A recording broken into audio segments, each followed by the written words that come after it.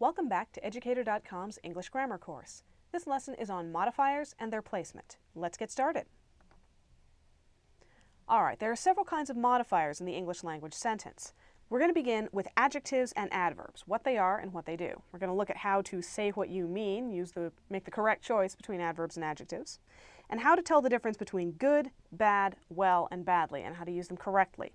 We're going to look at comparisons, the comparative and superlative forms of adjectives, more and less, and we're going to look at double comparisons and the dreaded double negatives. Then finally, we're going to look at modifier placement. We're going to look at dangling modifiers, limiting modifiers, interrupter modifiers, and split infinitives. All right, adjectives and adverbs. As you probably remember from our lessons on adjectives and adverbs, they modify nouns and pronouns. They tell us which one, what kind, or how many, or how someone or something looks, smells, tastes, or feels.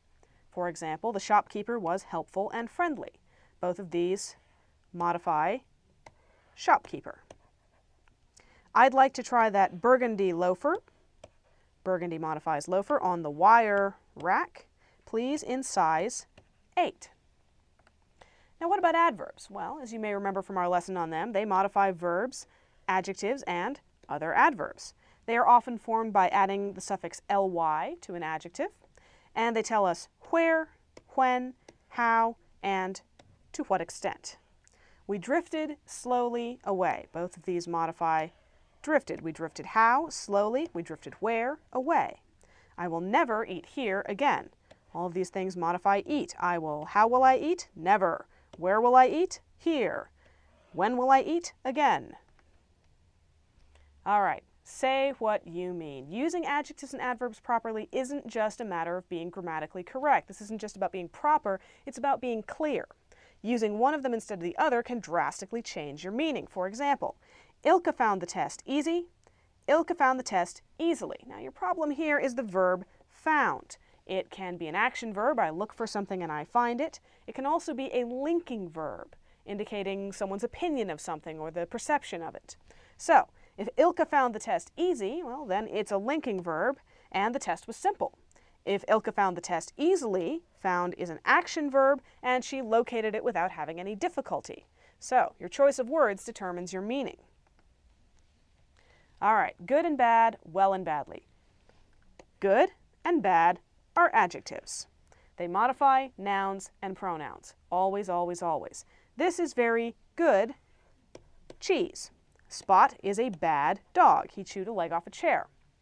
Well and badly, by contrast, are adverbs. They modify verbs, adjectives, and other adverbs. This cheese has been made very well.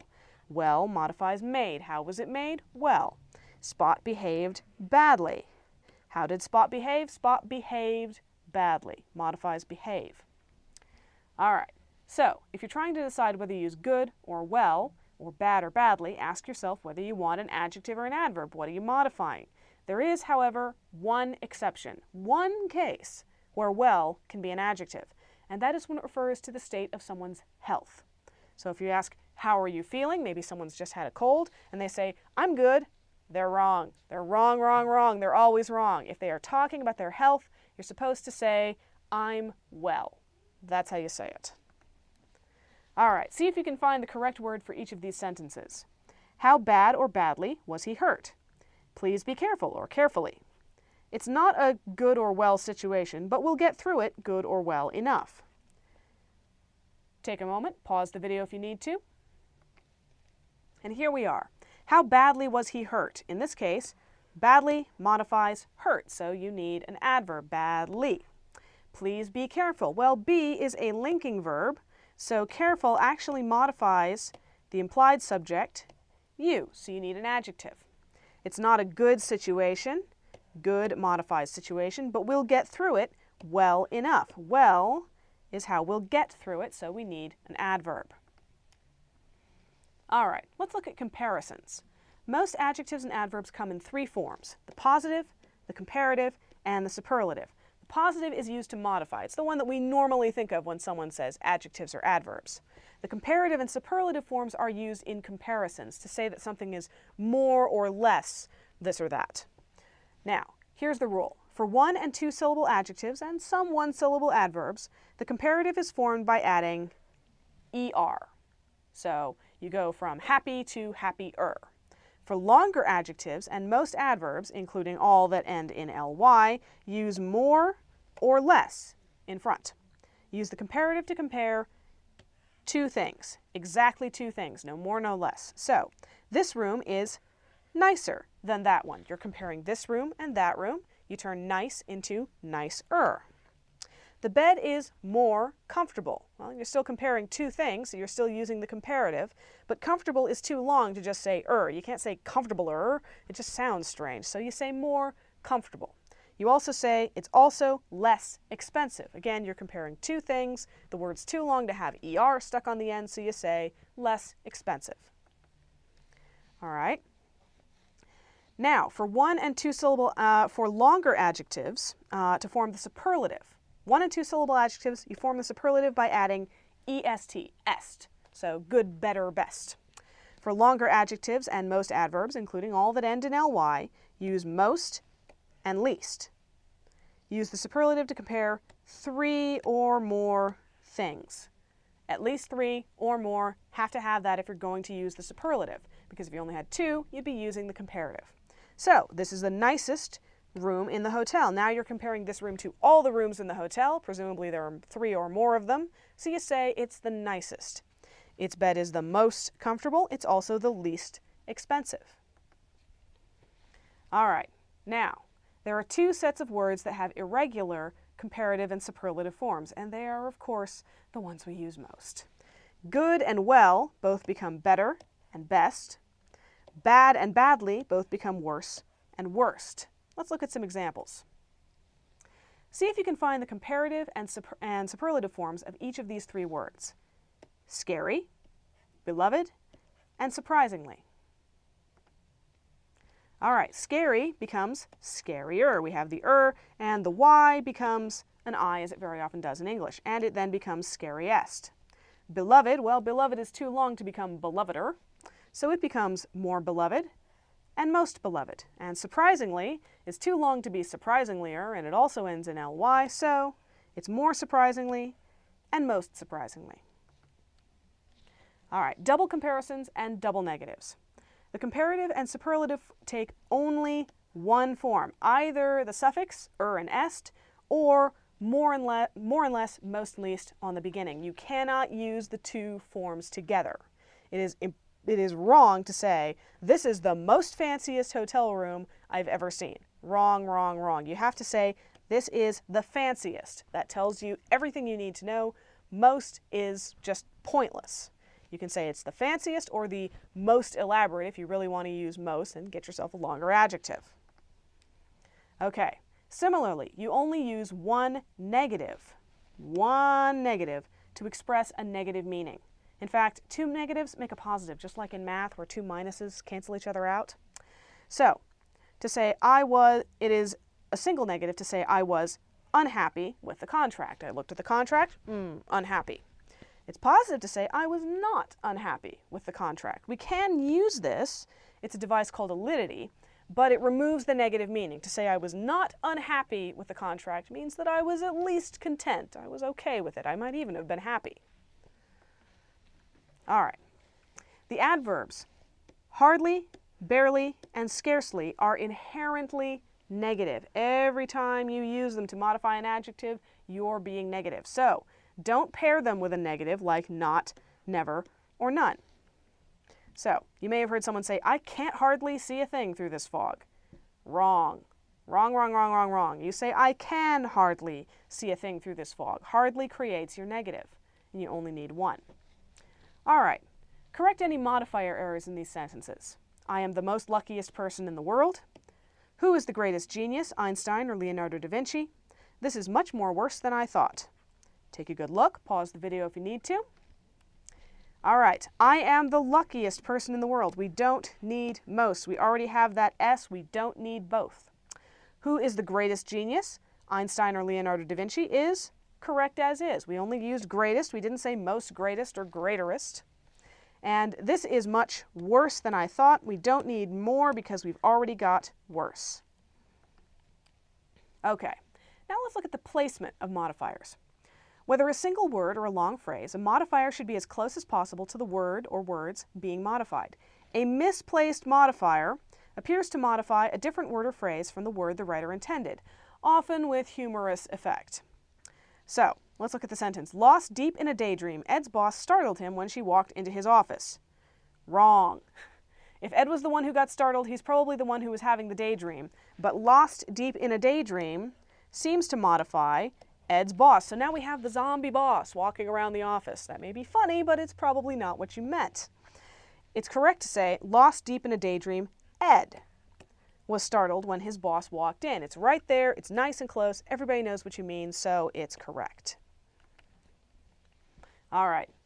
The volunteers who help us out occasionally want permanent paid positions. Oh, that's pretty ambiguous. Do the volunteers only help you out occasionally? Do they only occasionally want those positions? Well, let's see. If you mean that the help is only occasional, then you say the volunteers who occasionally help us out want permanent paid positions. That's clear. Or you can say occasionally the volunteers who help us out want permanent paid positions. That's also clear. You have to make sure you put the modifier near what it's modifying and in such a way that it cannot be confused. All right, a dangling modifier. A dangling modifier is an adjective, word, phrase, or clause that lacks a clear referent. We don't know what it's referring to. The word or words it modifies are never specifically stated. A dangling modifier often begins with a present participle or gerund. That's an ing verb. So, lurching violently in the waves, the captain was afraid of capsizing. Captains don't lurch. They just don't. They may cling to things that are lurching, but they themselves do not lurch unless, I suppose, you're talking about Captain Jack Sparrow and he's why the rum is gone. Captains don't lurch. Boats do, but there is no boat in this sentence, so this is a dangling modifier. It's in the wrong place. It needs to modify something that can lurch. All right, how do you fix a dangling modifier when you find it? Well, what you do is you move it close to the word or phrase that it modifies, adding that word if necessary. So you'd have to put a boat in that sentence. Or you rewrite the sentence. So let's take a look at this one. After seeing the flooded basement, the house was taken off the market. Well, after seeing the flooded basement should logically modify house. But how can a house see anything? They don't have eyes. So you change it to, after the inspector saw the flooded basement, the house was taken off the market. So now it's the inspector doing the seeing, and it makes sense. All right. Correct the dangling modifiers in these sentences. Growing up an only child, my parents gave me all of their attention. While preparing dinner, a mouse ran across the counter and disappeared behind the oven. Sleeping peacefully on the beach, the sudden storm took us by surprise. Take a good look. Pause the video if you need to. All right. The problem with the first sentence was, growing up an only child, my parents gave me all of their attention. Well, how would my parents grow up an only child? That would be only one only child, and most people have at least two parents biologically. So we change it to, because I was an only child, my parents gave me all of their attention. While I was preparing dinner, remember I is now doing the preparing, a mouse ran across the counter and disappeared behind the oven. If the mouse was not preparing dinner, you need to say who was, so we add the I. And because we were sleeping peacefully on the beach, the sudden storm took us by surprise. Once again, we've added the subject, we. So in the previous sentence, sleeping peacefully on the beach would have modified storm. Now, sleeping peacefully on the beach modifies we, and all is right with the world once again. All right, what are limiting modifiers? Limiting modifiers include such adverbs as almost, even, just, nearly, and only. These modifiers belong right in front of the word they limit. So, it's wrong to say, the workers have finished nearly remodeling the kitchen. Wait, they finished almost remodeling it? Their job was to almost fix things, but not totally? That doesn't make a whole lot of sense. So you say, the workers have nearly finished remodeling the kitchen. It's the finishing that's almost done, not the remodeling. All right, this is one of my favorite examples of how placing a limiting modifier in a different place can completely change the meaning of the sentence. She told me that she loved me. I'll take the word only and stick it in here. She only told me that she loved me. That's all she did. All right. She told only me that she loved me. Well, now she's only telling me. Nobody else gets to know. She told me only that she loved me. That's all she told me. She didn't mention that, for example, she had the Black Plague. She told me that only she loved me. No one else loves you, only I do. She told me that she only loved me. It's not like she liked me or anything. She only loved me. Or she told me that she loved only me. I don't love anybody else. Also very dramatic, but depending on where only goes in the sentence, you have a completely different statement. So be very careful where you put your limiting modifiers. All right, interrupting modifiers. What are those? Interrupting modifiers come between the subject and the verb. Avoid putting lengthy modifiers between subjects and verbs or between helping and main verbs. And don't put any adverbs between verbs and their objects. Never, ever, ever. So, Captain Jones, after 14 years at sea, finally returned home. Well, we took this whole detour in the sentence between Captain Jones and returned home. We didn't really need to do that. It slowed things down. People tend to get confused. So we change it to, after 14 years at sea, Captain Jones finally returned home. Finally is a nice short modifier, so it can stay. All right. However, while we're on the subject of interrupting modifiers, who, that, and which clauses, if not excessively long, are acceptable between subject and verb because they very often add extra details about the subject. So it is acceptable to say, my son, who is obsessed with trains, hopes to be an engineer. Not too long, and it adds information about the son. It's too long to say, my son, who has been obsessed with trains since he was 2, hopes to be an engineer. That is generally a pretty good guide. If you have to take another breath in the middle of the sentence, you've probably crammed too much stuff in there. So you can correct that to, obsessed with trains since he was 2, my son hopes to be an engineer. We've got my son hopes to be an engineer in one chunk that you can say in one breath. All right, split infinitives. Gene Roddenberry has much to answer for. Technically, you shouldn't put anything between the to and the verb in an infinitive. So that bit at the beginning of Star Trek where he says that our mission is to boldly go where no one has gone before. No, it really should be to go boldly or boldly to go. Unfortunately, that sounded kind of weird, so Gene Roddenberry stuck the adverb in the middle of the infinitive, and now the rule in English is, if it doesn't sound too weird, stick it in the middle. If it does sound weird, take it out.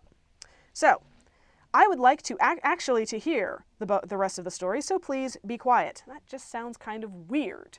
So we put actually in the wrong place just so we could keep to hear together. So, go with your ear, go with what sounds right. I would like to actually hear the rest of the story, so please be quiet. Now it sounds a little better. All right, let's do some practice. Correct any modifier errors that you can find in the following sentences. Be sure to thoroughly chew your food before you swallow it. Are you ready yet? Already, it's time to go. Renee Yeager, author of several self-help books and creator of a series of children's workbooks, will be the keynote speaker at the conference. Oh, that breath should have told you something.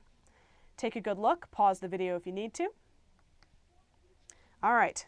Be sure to chew your food thoroughly before you swallow it. This one is a little bit of a judgment call, but you really do want to keep to chew your food together in one block because it's one activity. So you put thoroughly on the end.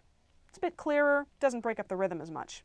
Are you ready yet? It's already time to go. You can stick already as close as possible to what it actually modifies. It's like only, remember those. All right. The author of several self-help books and creator of a series of children's workbooks. That was long, wasn't it? So, when you have a sentence that requires multiple breaths, you want to make sure that you have the subject and the verb in the same breath. So we've moved that whole clause in there to the beginning of the sentence so it can have its own little space, and then you take a breath, and then you say the subject and verb. The author of several self-help books and creator of a series of children's workbooks, Renee Yeager will be the keynote speaker at the conference. Now it makes sense, it's a little bit smoother, and you don't have an asthma attack in the middle of reading your own writing. That's all for this lesson. Thank you for watching, educator.com.